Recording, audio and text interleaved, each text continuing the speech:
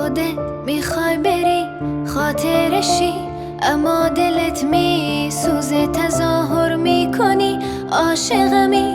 این بازی هر روزه نترس، آدم دمه رفتن همش دلشوره میگیره. 2 روز بگذره دلشوره ها از خاطرت میره. بهت قول میدم سخت نیست لااقل برای تو راحت باش.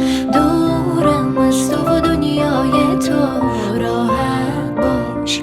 هیچ کس نمیاد جای تو، دلشوره دارم من واسه فردای تو.